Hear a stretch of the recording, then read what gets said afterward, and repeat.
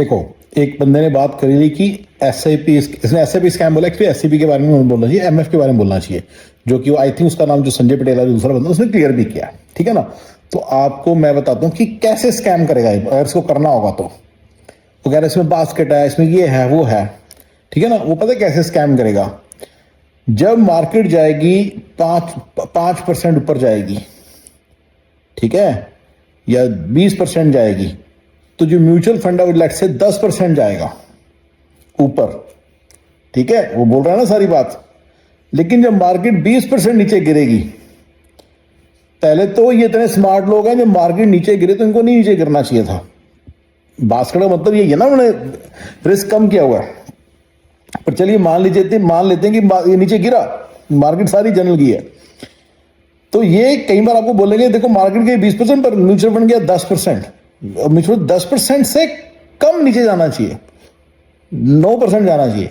अगर ये 10 की जगह 11% नीचे गिर जाती है मार्केट, जब नीचे गया तो 1% एक्स्ट्रा गिर रही है, लेकिन ये ऊपर गया तो वो समझ में आ रहा हूँ, वो 0% है, ये एक्स्ट्रा कुछ नहीं है, मतलब जो गिर रही है वो वैसे वो 50% ऊपर गया, तो यहाँ पे 49% सॉरी 52% लॉस हो, तो यहाँ पे गड़बड़ होगी। और ये म्यूचुअल फंड वाला करेगा ही करेगा, इसके पास एक मौका है, इसके पास एक तरीके से बोला वैनगार्ड वाला ऐसे कर रहा ही कर रहा है, सारे म्यूचुअल फंड यही काम करेंगे आपके साथ 100%। मार्केट जो ऊपर जाएगी तो ये थोड़े ऊपर जाएंगे, लेट्स से 30% ऊपर जाएंगे। जब मार्केट नीचे गिरेगी तो ये 33% नीचे गिरेंगे, एक्स्ट्रा 3%, और वही आपका लॉस है बस, राइट।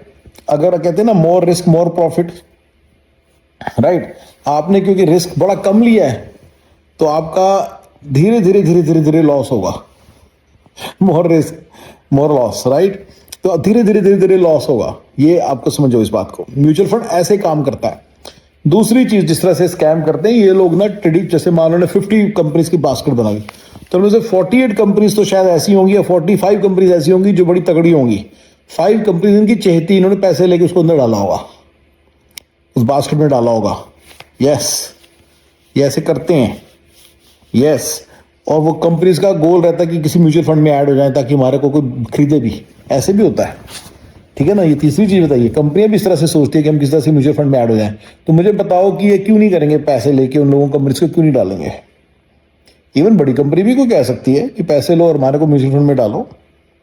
तो ये इस तरह से म्यूचुअल फंड के अंदर आपके साथ स्कैम होता है, राइट, इस तरह से आपके साथ स्कैम होता है। इस बात को आप समझो कि ये होगा ही होगा, वो करेगा ही करेगा। ये म्यूचुअल फंड वाले इतने स्मार्ट हैं, तो आप मुझे बताओ कि 2008 के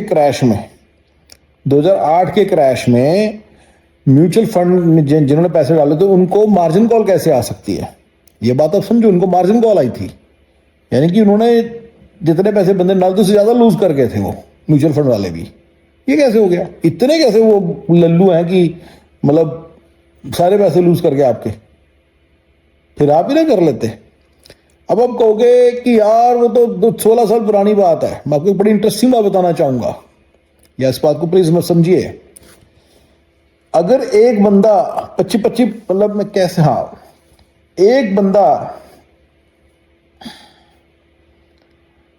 वो कहता है जी 25% का या तो प्रॉफिट होगा, 25% का लॉस होगा, ठीक है ना। तो वो मैं कॉन्सेप्ट थोड़ा सा देखता हूं कैसे समझाऊं, मेरे को तो क्लियर है मैं क्या मतलब, मैं पर बोल नहीं पा रहा हूं, फिर भी समझाने की कोशिश करता हूं। बेसिकली एफडी के अंदर आप 4% के हिसाब से आपके पैसे वो होते हैं, बढ़ते हैं। अमेरिका में बात करते हैं डॉलर्स के हिसाब से, राइट। तो 25 साल बाद वो डबल होने हैं। उसको अपनी जो गेम खेलनी है, 26वें साल गेम खेल गया ना, आपके सारे पैसे उसने अंदर कर लिए।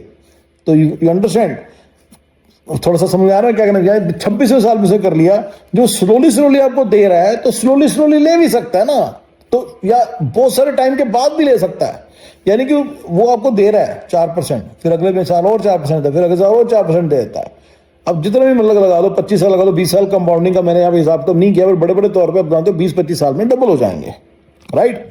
अब उसको अगर आपके पैसे खींचने हैं तो उसको 20-25 साल की गेम खेलनी है। मतलब ये नहीं कि आपने 4% डाले फिर निकाल, उसने आपको 5% का नुकसान कर दिया, फिर अगले दिन फिर डालोगे नहीं, राइट। अगले साल आप डालोगे नहीं तो अगले साल उसने फिर 5% तो उसने, तो ये इनकी नजर, जब आप इनके किसी भी इंस्ट्रूमेंट में पैसे डाल रहे हो, इनके क्या है, ऑपरेटर्स जो लोग सारे फाइनेंशियल मार्केट्स को कंट्रोल करते हैं, इनके हाथ में सारा कुछ है। इनकी नजर आपके प्रिंसिपल अमाउंट पे है। जब स्लो मूविंग इंस्ट्रूमेंट दिया ना आपको, तो इन्होंने जो आपके पैसे गायब करने, 25 साल बाद भी अगर गेम खेलेंगे आप तो बराबर हो जाओगे।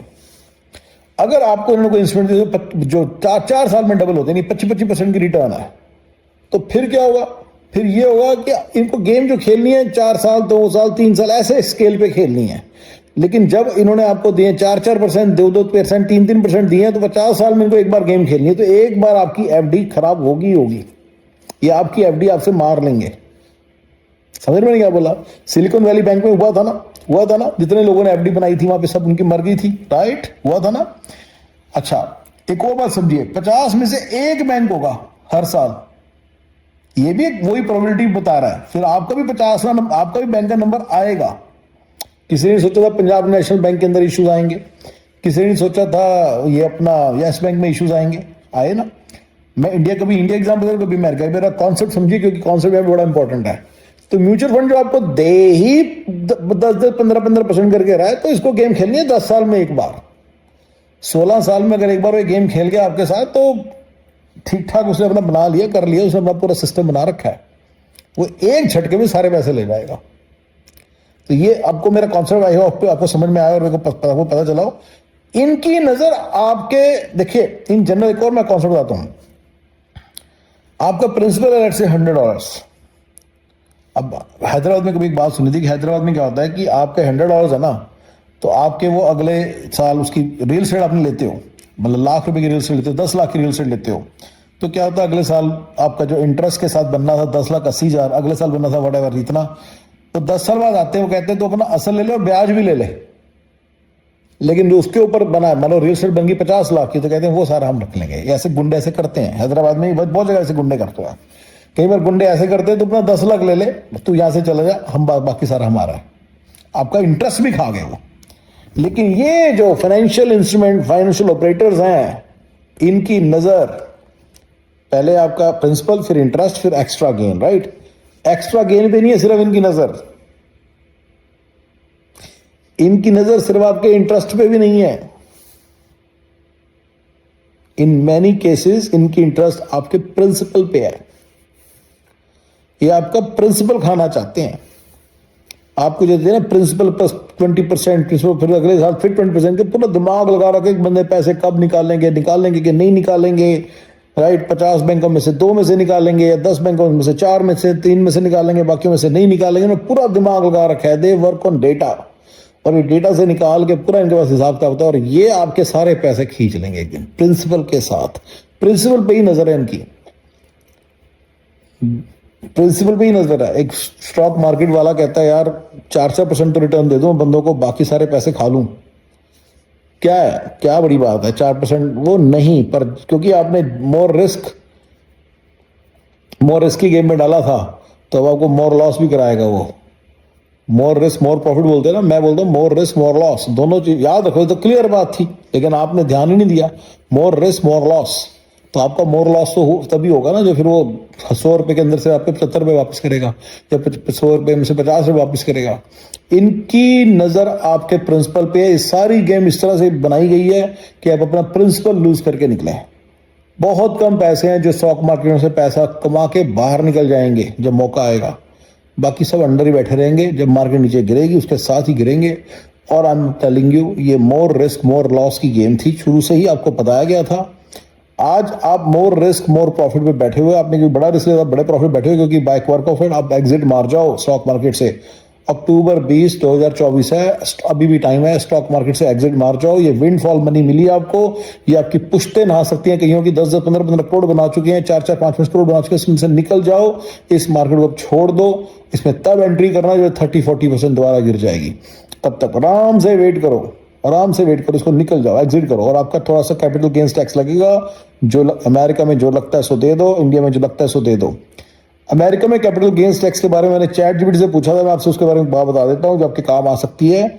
अगर आप अपना शहर चेंज कर लेते हो, मतलब टैक्स फ्री स्टेट में चले जाते हो, और वहां का लाइसेंस ले लो, वहां की गाड़ी ले लो, वहां पे घर भी ले लो, और वो आपका प्राइमरी घर बना लो, आईआरएस के हिसाब से सारा चलो, सीपीए से पूछ लो कि कैसे बनाना है, मुझे अपनी वो स्टेट बनानी है, मेन प्राइमरी स्टेट।